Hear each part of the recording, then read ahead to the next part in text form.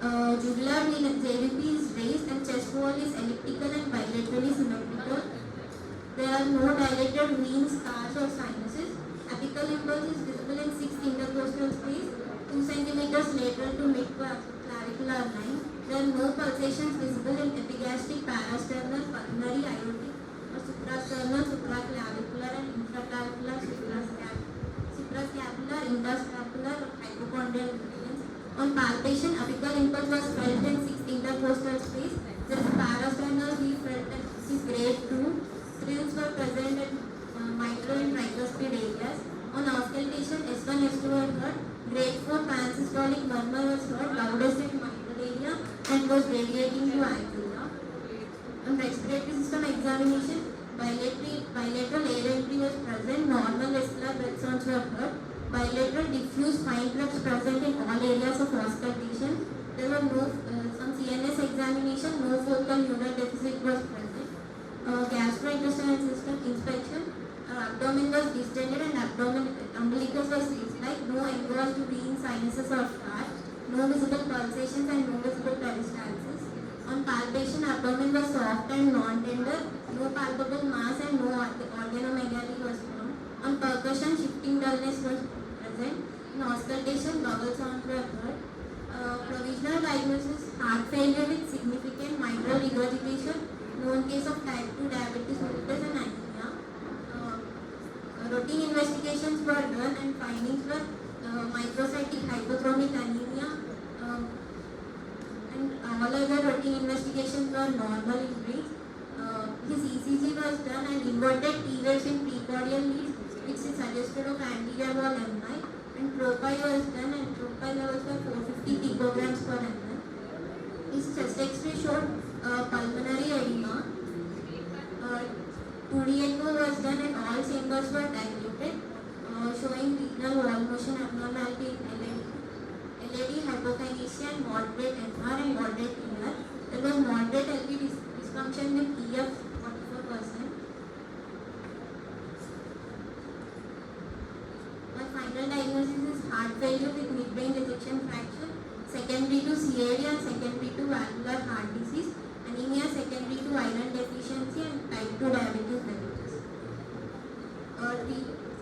Treatment they are given was diuretics, beta blockers, angiotensin receptor blockers and glycine inhibitors, ARNI, mineralocorticoid receptor antagonists, dual antiplatelets, statins and SGLT2 inhibitors and other supportive care for anemia and diabetes was given.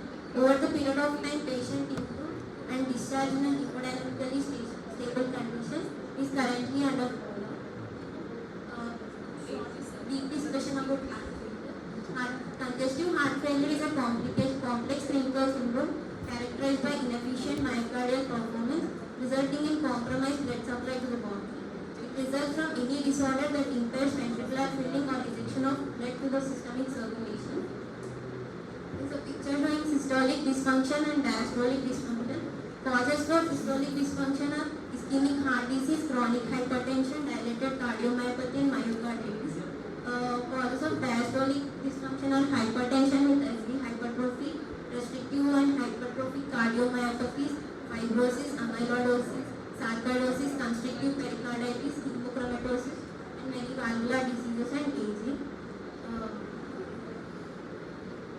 Framingham's diagnostic criteria for heart failure are major criteria are paroxysmal nocturnal dyspnea, pulmonary edema, raised JVP, hepatojugular reflex, S3 gallops, crackles and lung fields, cardiomegaly, raised central venous pressure, weight loss more than 4.5 kg in 5 days in response to treatment of heart failure.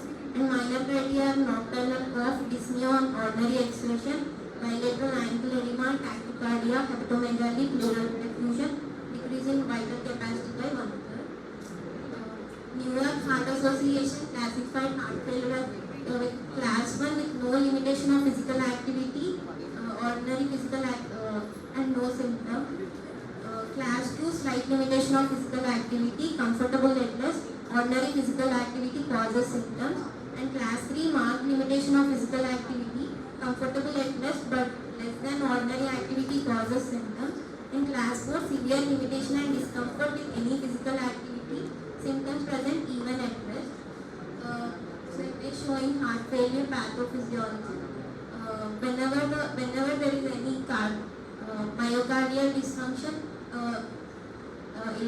ADH is increased, sympathetic system gets activated, and RAS system will get activated, which finally leads to cardiac dilatation and hypertrophy. Left-sided heart failure, there will be pulmonary congestion leading to dyspnea, orthopnea, and paroxysmal nocturnal dyspnea. In right-sided heart failure, there will be congestion in liver leading to hepatomegaly, renal failure, peripheral edema, and ascites. These are the stages of heart failure. In stage A, asymptomatic with no heart damage but have risk factors for heart failure. We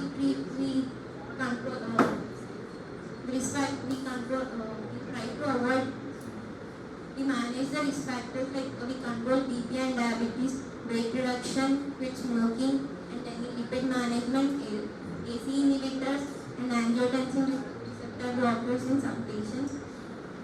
In stage B is asymptomatic but have signs of structural heart damage. Care measures as in stage A along with AC inhibitors or ARBs in all patients and beta blockers in selected patients and spironolactone. If left ventricular ejection fraction is less than 40%, surgical consultation for coronary artery revascularization and valve repair should be done. In stage C, patient will have symptoms and structural heart damage.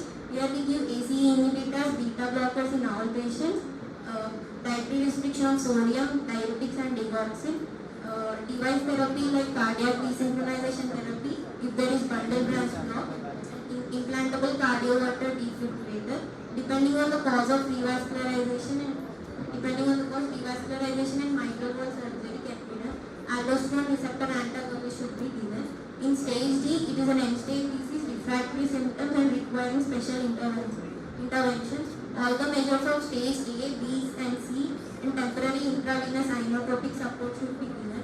Mechanical circulatory support depending on cause like intra-aortic balloon pump therapy, ventricular assist devices, device therapy, like permanent implantable ventricular assist devices, transplantation of heart should be done. Many trials were done on few drugs like empagliflozin, EMPA-REG outcome, which found to have 38% significant reduction in cardiovascular death. All-cause mortality was also significantly reduced by 32%. For canagliflozin, CANVAS trial was done, and for dapagliflozin declared trials were done, which showed similar findings. For metoprolol, MERIT-HF trial was done, which showed 34% relative risk reduction in all-cause mortality. For carvedilol, Copernicus trial was done, which showed 31% relative risk reduction. Trial for metoprolol versus carvedilol was done, which is common, showed 17% relative risk reduction in all-cause mortality in carvedilol group.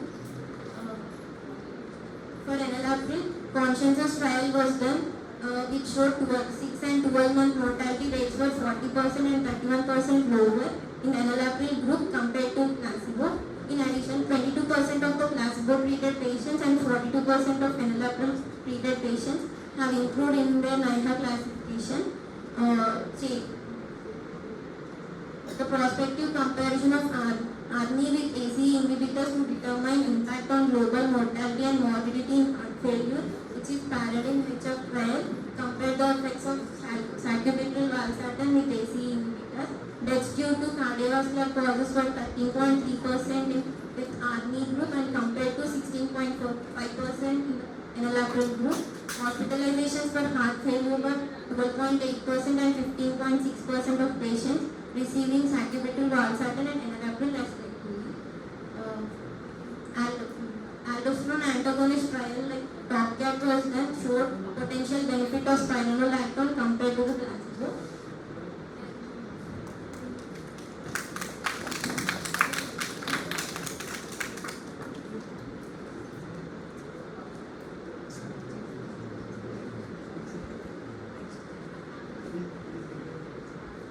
Any inputs from the audience?